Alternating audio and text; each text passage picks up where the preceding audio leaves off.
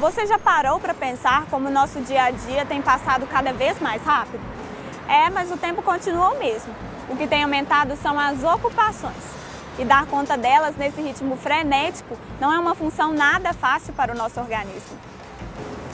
O Eureka de hoje fala sobre o estresse, sendo uma das grandes preocupações dos especialistas para este século. Conheça os impactos que ele pode gerar no nosso organismo e ainda como evitar altos níveis de estresse, principalmente no trabalho. Fique ligado, o Eureka está no ar.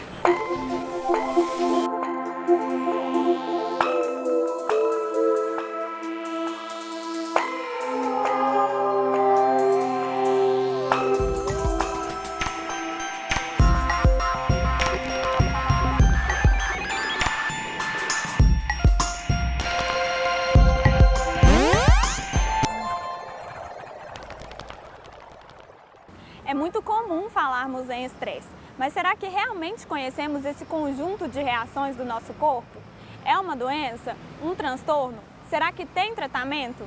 Bom, é melhor manter a calma, porque perguntas demais já podem ser um pequeno motivo para alguém se estressar. Não é ainda considerada uma doença pela Organização Mundial de Saúde, mas ela aparece tanto nos consultórios médicos, em várias especialidades, que provavelmente um dia ela vai se tornar, vai ter esse status de doença. Também conhecido como hormônio do estresse, o cortisol ajuda a controlar a irritabilidade, influenciando no comportamento de uma pessoa. Ele é produzido pelas glândulas suprarrenais, que ficam acima dos rins. O cortisol atua no funcionamento do sistema imunológico, no controle do açúcar no sangue e da pressão arterial. Os níveis do hormônio variam de acordo com as atividades diárias, pois tem relação direta com a serotonina, responsável pela sensação de prazer e bem-estar. Quando em alto nível no sangue, ele pode causar perda de massa muscular, aumento de peso e lapsos de memória, por exemplo. Se o nível for baixo, a pessoa pode ter sintomas como depressão, cansaço, além de desenvolver a doença de Addison. Você pode fazer esse controle da ansiedade, trabalhá-la, com uma psicoterapia, você pode, através dos exercícios físicos. Ao contrário do que muitos imaginam, o estresse atua como sistema de alerta em defesa do nosso corpo. Por isso, ele pode ser negativo ou positivo.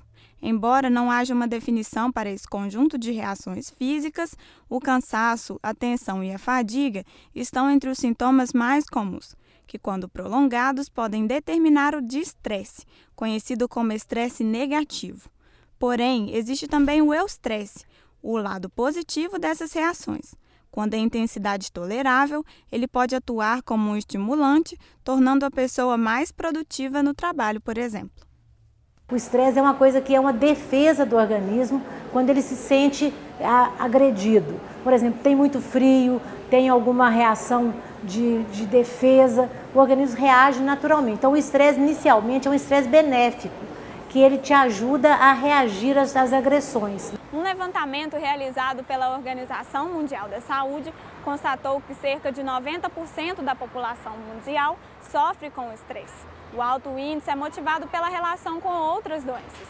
Aqui no Brasil, por exemplo, segundo o Ministério da Saúde, são cerca de 130 mil casos de infarto por ano causados pelo estresse. Você se considera uma pessoa estressada? Consigo, porque eu tenho depressão, sou cardíaco, então eu sou estressada sim. Porque eu me faço ser tranquila, né? Porque se eu for olhar o que está rolando aí, eu vou ficar louca.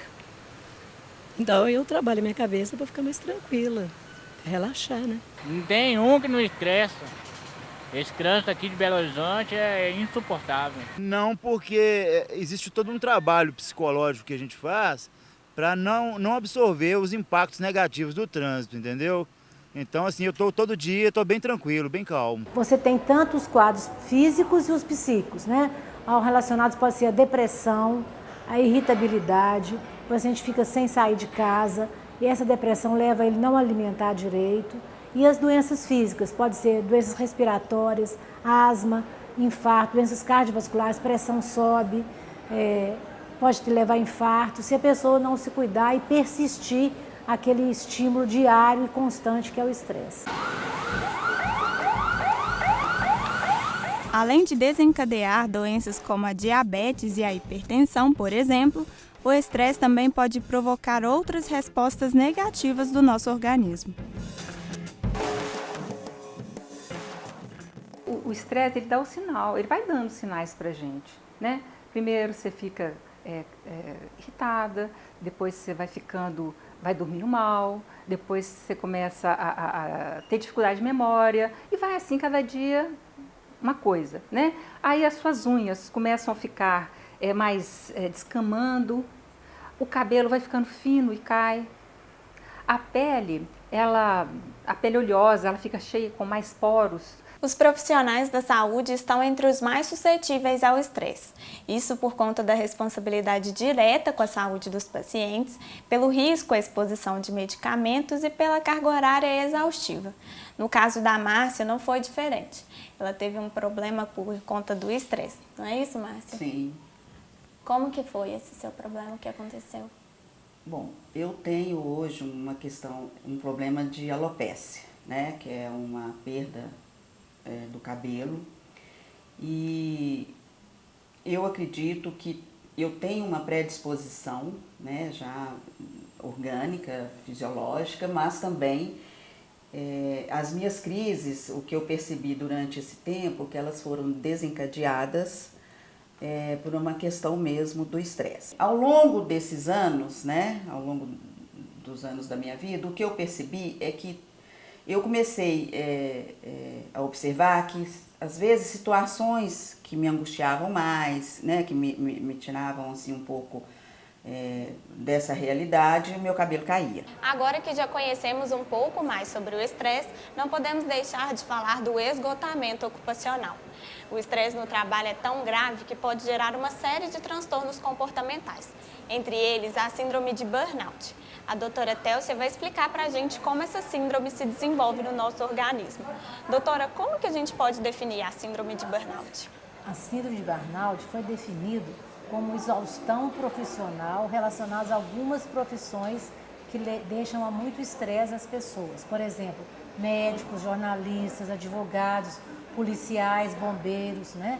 É um estado de um esgotamento físico, psíquico e emocional. Então, são pessoas que estão sob pressão diariamente da profissão, levam ao estresse pronunciado, constante e exagerado. Essa síndrome é burnout. Burn é queimar tudo. É assim, você tem que imaginar como se fosse uma vela, né? Uma vela, quando você acende, ela tem aquela chama bonita, né? Até uma coisa assim, alegre, né? E depois, com o tempo, ela vai diminuindo, a parafina vai dissolvendo e zera, né? A doença é mais ou menos isso. Ela atinge pessoas que têm um comprometimento assim, muito grande com o trabalho, que são muito entusiasmadas e que dão tudo de si, sabe? Então elas amam trabalhar, não medem esforços, elas não olham no final de semana, horário de descanso, nada. Elas querem fazer o serviço delas o melhor possível, perfeito, e ela tem uma expectativa de uma eficiência enorme. E ela vai perdendo isso.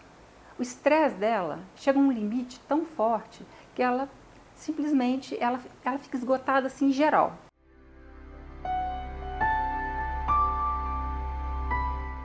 Para evitar que o estresse atinja altos níveis, é preciso relaxamento conseguido, muitas vezes por meio de auxílio médico. Para isso, além de medicamentos, as terapias alternativas também podem ser fortes aliadas no combate ao estresse. Tem vários tipos de terapias naturais e holísticas. Para o estresse, tem várias opções também. Então, você pode tratar, por exemplo, com a aromaterapia, que são os óleos essenciais, com a homeopatia, com a terapia floral, a acupuntura, o reiki, que é uma técnica energética também japonesa, oriental.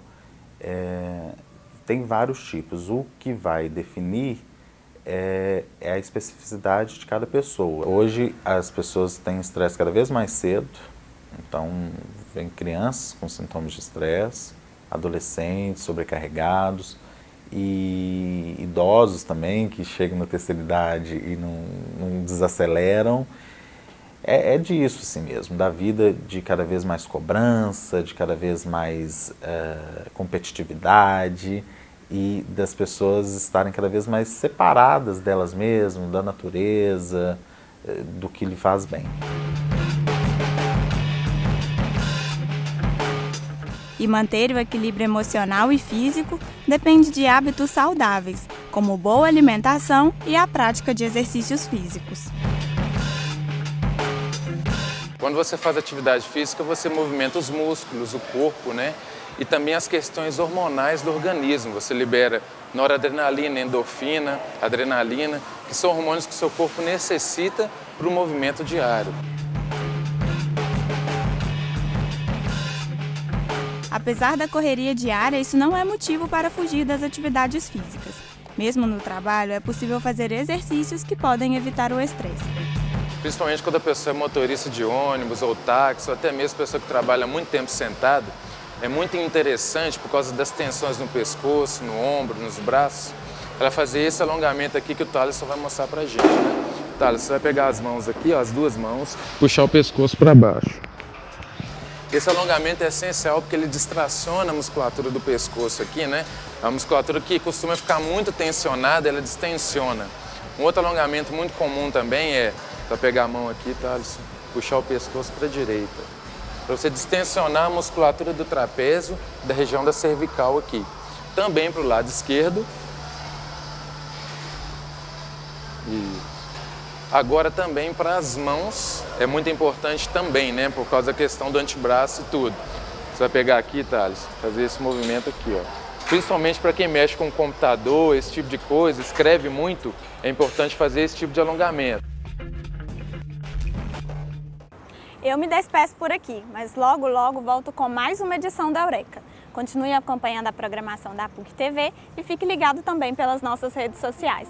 Obrigada pela companhia, tchau!